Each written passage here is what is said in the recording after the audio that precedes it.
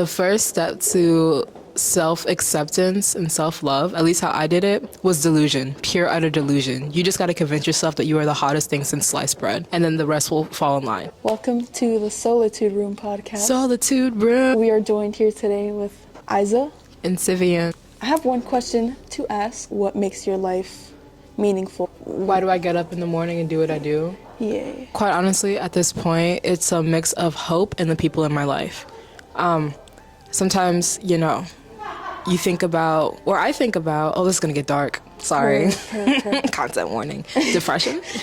But sometimes I lay in bed, or one time I laid in bed for a whole good week, and people were calling me and are you okay? Are you okay? Are you okay?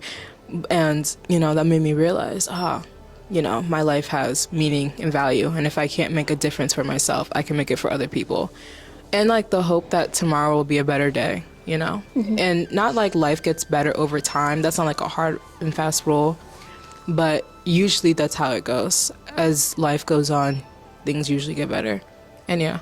Wow, I like that, because I was noticing that pattern with a lot of people, that it's kind of all rooted down to connections with others. Yeah. Because I can't imagine living a life where you're just by yourself. I know, right? The only human. I don't know, because I was thinking maybe if you live a life by yourself and you are the only human, but you have nature and animals, maybe that'll help. But I feel like you go insane. You would start making imaginary friends. Right, yeah. You start seeing faces on trees. I mean, we're all technically living for other people, in service to others, or have some sort of product that is, catered for people, consumers and shit. Even looking at what do I want for the future? All that material stuff is I like it, it's good and all, but usually for me it's always the connections with other people. People I admire too, and just in general right now I feel very happy with the connections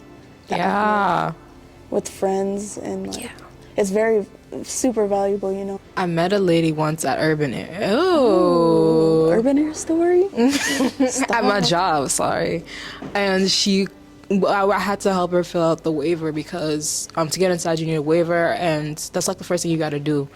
So I tried to help her fill out a waiver. It was her and her son, and we got to the emergency contact section, and she couldn't fill it out. She kept tapping next, but it bounced her back because she couldn't fill it out. She didn't fill it out, and I was like, "Is there anyone you can put in the emergency contact section? A brother, sister, friend, best friend, neighbor?" And she said, "No, I have no one." Damn. And that's the first time I've heard anyone say that, and genuinely she could not put anyone down. And then she couldn't put her son, because her son's 10 basically.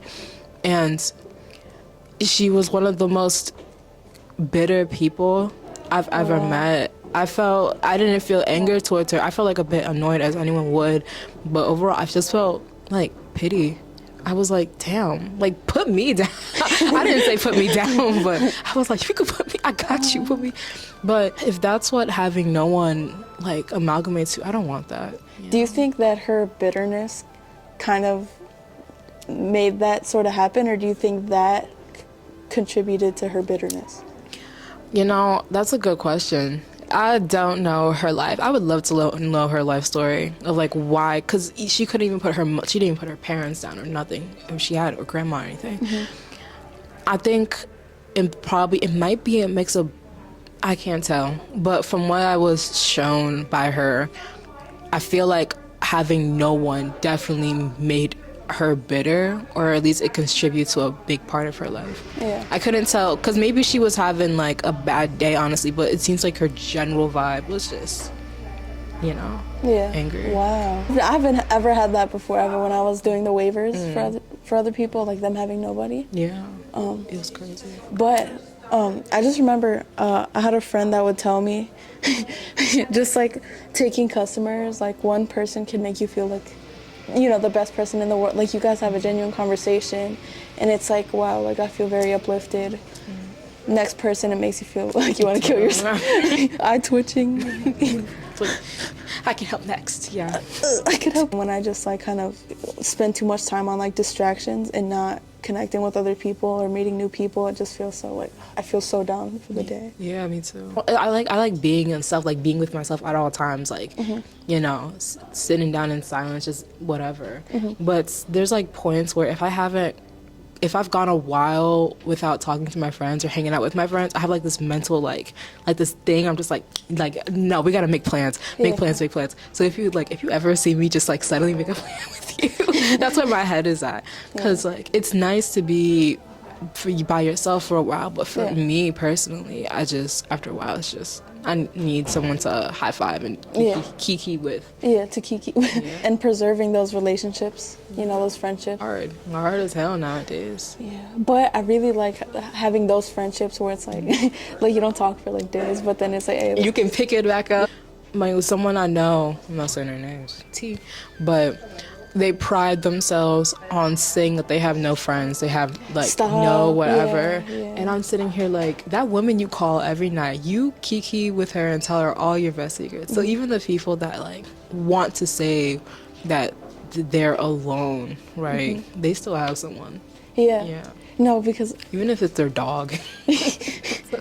No, literally. I remember writing in my journal like if I were to ever have come to a point, no, I think I did come to that point. I was in the mental hospital, there was literally no one in the room, and it's like, just no one. Like I literally physically could not have anybody in the room, so I just felt super alone. And then I wrote down in my journal like the grass, like they're my friends, the trees are my friends, and then I just started looking at nature as like my friends and companions and shit like that. And I was like, damn, what a fucking no, I still feel that way, but no, yeah. Connecting with nature, man. I know, like I really wish I was more connected, you know, like I feel like I'm starting to disconnect a little bit. Not disconnect, but just, I lack that very in tune feeling with nature. And I'm trying to get it back. That's good. Like I'm really trying to, yeah. Life is like hustle and bustle nowadays. But what you were saying about people saying I have no friends, like the girls being like I have no friends. Like I think to admit that you want human connection is simply nature, and you shouldn't be ashamed of it. Don't let anyone convince you otherwise, you know? Yeah, that's like the underlying root. I was listening to this YouTuber, FD Signifier, and he was talking to one of the audience members about his situation. So one of the audience members was like, FD, I have a brother, and he's falling into the Andrew Tate and the yada yada, and like, you know, the manosphere stuff. And how can I stop him or pull him out? And FD was like, community. Like, he needs a solid community around him. And I think that goes like back to the point of you just need people to get by. You're not even like you gotta use people as a means, but you just need people to, you know. I remember, like I think about this frequently, like if I ever get to that point where I'm just like struggling like for scraps or something, like the only thing that I always resort to that I feel like would make me so happy is just talking to other people, just giving so much love to other people. And it's like that really fills my heart so much. It's like those, you know, homeless people on the street. I remember one time I didn't have cash on me, but I like stopped, and then I was talking to him. I was like, I really, you know, I hope, you know, everything goes well for you. I wish you all the success, and just giving him some love, you know. And then he was like, wow, that was more important than money, what you just said to me. I was like, wow, like really? He was like, yeah, that was, you know, he was like affected by it. I was like, wow. And it's like, it shows that people really, I mean, they don't take the time to really get to know like their fellow human. But I really just want to one day just like sit down with someone the whole day, like a homeless person or something, just sit down and just let's do that, bro. We can do that. Stop. Special guest, I don't know, Earl from down the street. Earl, how are you feeling, Earl? Stop, we should for Earl. Soft boy underbelly. Yeah. Yeah. Bro, I want to do some shit like that. Like what? Because I don't know, I'm gonna butcher like the saying, but it goes something along the lines of the way, or like the people who are like least advantaged or whatever, the way that they're treated shows or reflects how society sees them or whatever. And so like they probably have insights to life that, you know, we definitely don't. Yeah, for real. One thing I also wanted to ask is, how do you think I don't be thinking for real. With the world, how do you think you could solve like the world's problems? Solve the world's issues? Like humanity's problems, issues. First, I would start with poverty because that's usually the root of all issues. People just trying to get by, but they have nothing, so they, act out to get something. I think number one, you solve poverty. You put people in homes, you get them steady jobs, you get them shelter, food, and you just keep first you supply them, and then as they establish themselves as people, then they'll be able to feed and fend for themselves. So first, get rid of poverty. You get rid of poverty, you get rid of hunger. You decrease crime. You decrease, homelessness, as we obviously, yeah. And then you start fixing systems.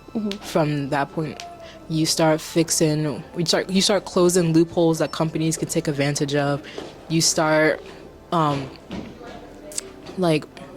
reworking the system so it benefits as many people as possible. You start, addressing things that for far too long have been messed up, like healthcare and the way that companies work and lobbying works and stuff like that. Yeah. Interesting. I like that. For me, I feel like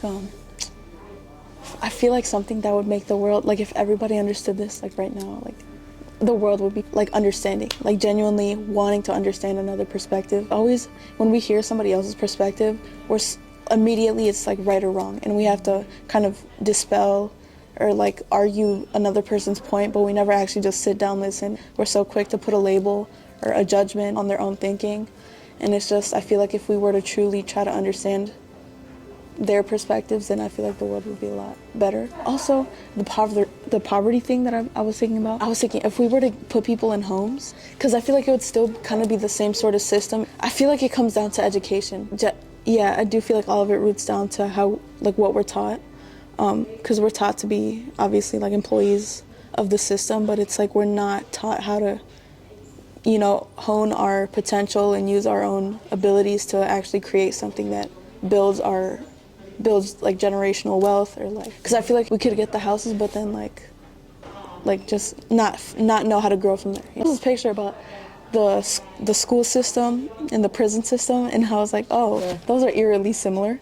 The buses. School system, prison system, right there. They call it a pipeline for a reason. The buses, the trays. I was like, you know what? That literally is so. Yeah, they're eerily similar. I wonder why that is. And I was connecting that with mental hospitals too, because people act like they don't even, the mental health assistants, they just act like prison guards. They kind of treat you like inmates. So I'm like, And to me, I was like, I feel like that's very metaphorical to how they try to implement that sort of mental prison. How they want to keep us confined. There's the book with bars, chains. There's a book over there that's a jail cell. So and there's two hands pulling. Yeah. What a quinky dink. Yeah, what a quinky dinkle. Yeah. Stolen wealth, hidden power. The case of reparations for mass incarceration. Interesting. Do you have anything else you want to add?